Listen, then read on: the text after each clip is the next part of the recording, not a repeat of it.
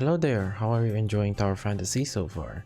As you're progressing through the game, you probably noticed that Bygone Phantasm mode and, well, probably started wondering how to do well on it.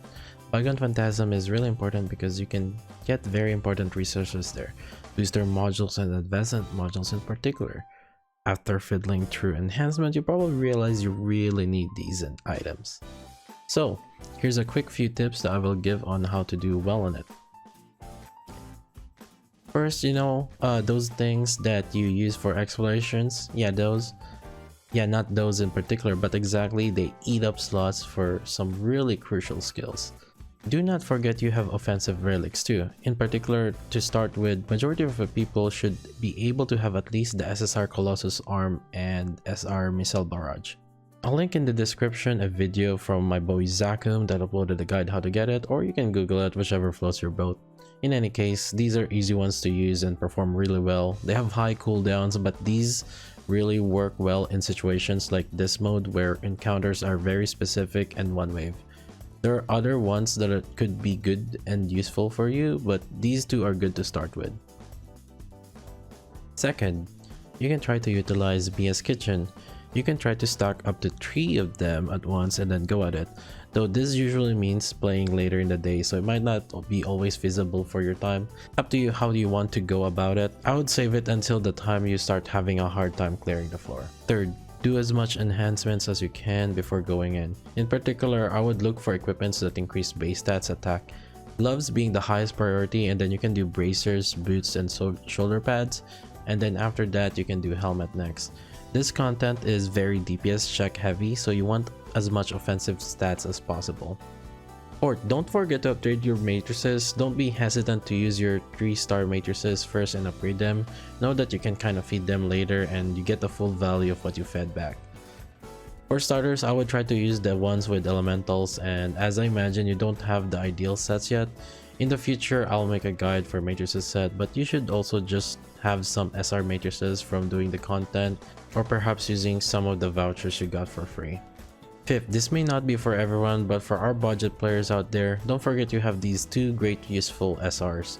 For some people, they seem like trash, but early on they are pretty good value, especially for budget or free-to-play players. You can get them at pretty high stars early on, and they should perform better than some 0 stars SSR. Here's an example of how I personally like using the SR Ice Hammer.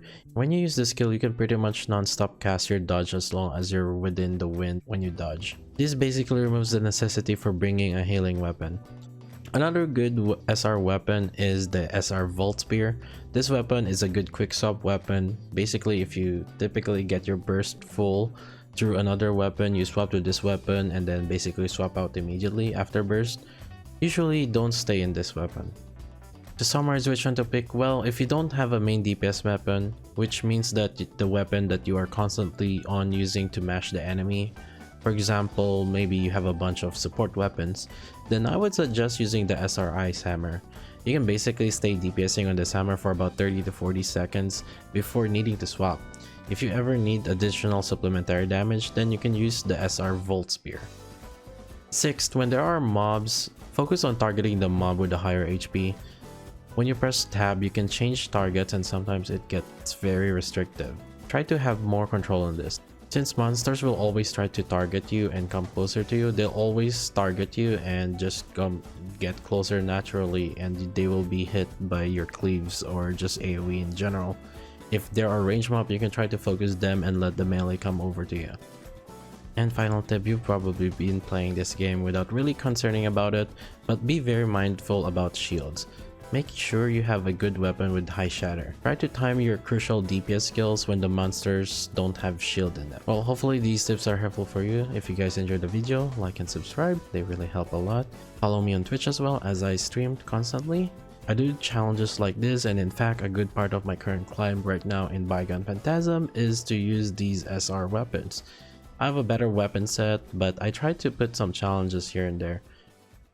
Anyways, that's it for now. I'll see you guys on stream or next video.